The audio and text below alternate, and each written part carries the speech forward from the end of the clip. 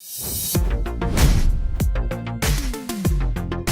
guys, my name is Tom and I'm the Tech Chap, and welcome to my unboxing and first impressions video for the Samsung Galaxy Tab S2 Android tablet.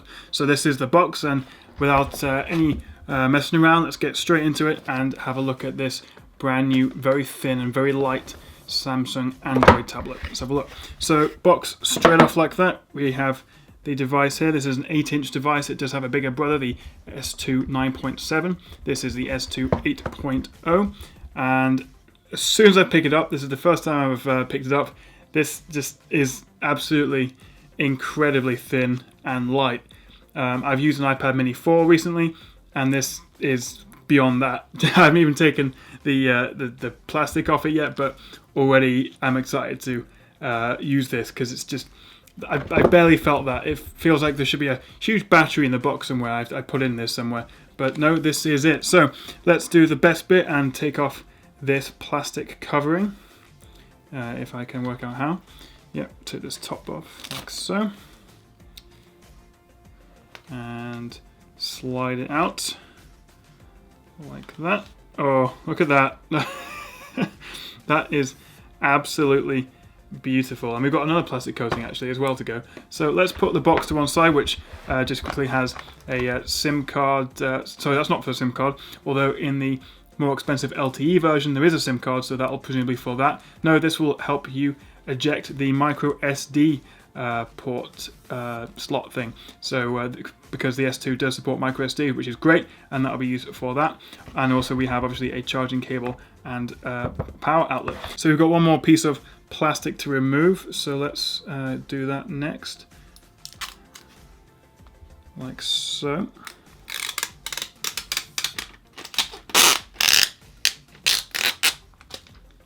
There we are. We've got a little stick on the back here. I'll peel that off as well. This is the 32 gig model.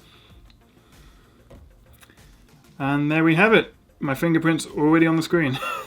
Let's get rid of that.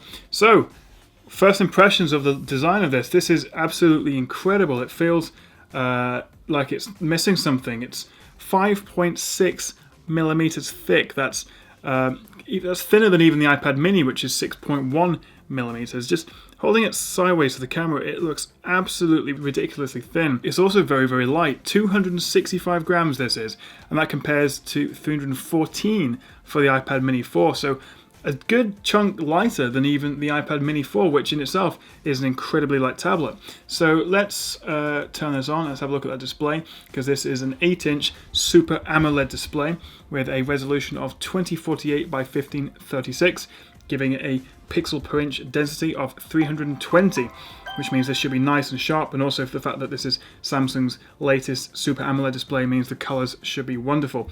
So let me skip through this setup process and we'll come right back. So I've completed the setup and we're on the home screen now, and I'm already dead impressed with how this screen looks. I've read numerous reports and reviews of this so far, and what everyone seems to be saying is that this Super AMOLED display is one of the best, if not the best, tablet screen you can buy, and goes absolutely toe-to-toe with the iPad mini and the iPad Air. That's thanks to Samsung's latest S AMOLED display, which means you get really nice rich whites, and also you get very deep blacks and very vibrant colors, while actually still being a technically quite accurate display. So nothing's too oversaturated, for example. So let's run through a few features of the new S2. During the setup process, I was prompted to register my fingerprint for the fingerprint reader, which is housed within the home button here. As well as that, this does have support for micro SD cards, which is great, and something we've actually lost on Samsung phones with the S6 and the Note 5, for example, but we do have here, which is great, and that's in addition to 32 gigabytes of built-in storage. So this is, as I say, an 8-inch display with a 2048 by 1536 res screen. This 74% screen to body ratio means it's which is way above average for phones and tablets, and means that you have a really dense, compact tablet without any unnecessary bezels. And in fact, the bezels here are used for these two capacitive buttons for the return and to see what apps are open in the background. So far, a very, very streamlined, very futuristic looking tablet here. And I think the one thing that I can't get my head around is how ridiculously thin and light this is. I don't think there'll be any problem whatsoever holding this in even just one hand for extended periods of time. Whether you're on the train, you're in the in bed or wherever you're using this, you can just you can rest it on a couple of fingers. It's so lightweight. You really have to try this for yourself. You don't quite get the full experience unless you do pick one up yourself. So I definitely recommend that. Now, obviously, we're running Android 5.0 Lollipop out of the gate here. That's what it's shipped with. Let's see if there are any updates for it. This is as of late October 2015. So no software updates as yet, and we're currently running Android 5.0.2, so definitely not the latest software. We haven't got 5.1 or, of course, Marshmallow 6.0 yet, but it's still decent. Android 5 Lollipop is still reasonably new. Inside we have Samsung's own Exynos 5433 chip, which isn't the fastest or the most recent. It's not even as fast as their 7420 chip in the Samsung Galaxy S6, which is a shame, especially since it's powering a much bigger display. You'd expect sort of the top-end spec there. So that is one point where the S2 falls down. It does not have the top-end processors or chips, although it is still an octa-core processor. But fortunately, alongside, we do have 3 GB of RAM, which is plenty and should be very good and help keep TouchWiz here running nice and smoothly and fast, which, as you can see, just navigating the UI is nice and fast. Let's open the app drawer, return, and get notification settings. Everything seems to be extremely responsive so far.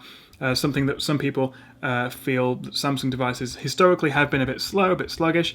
But usually by going into developer settings and reducing the animation speeds, perhaps even turning S-Voice off, you can speed that up. But I'm not sure that's necessary here because everything seems to be running really nice and fast. As you can see, swiping to the left reveals a Flipboard newsfeed, and generally you just have the usual Android home screens as you're used to. So whether you're a fan of Android on tablets is obviously an individual preference. I do prefer iOS in the form of iPads.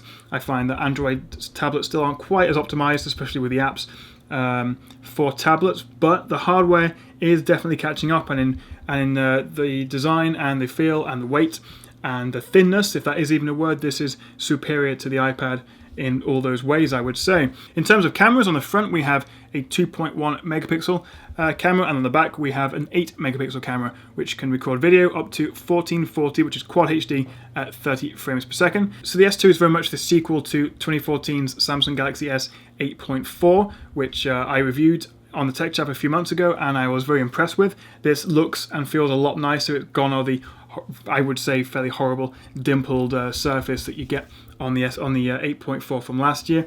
This is almost a rubbery texture. It's quite nice to hold. It's grippy, but it doesn't feel cheap or anything. It is plastic, or it's like a rubbery plastic. So it's grippy, but it's lightweight. So you don't perhaps have the full metal finish, the premium metal you get on the iPad, but the benefit is it's a lot more lightweight.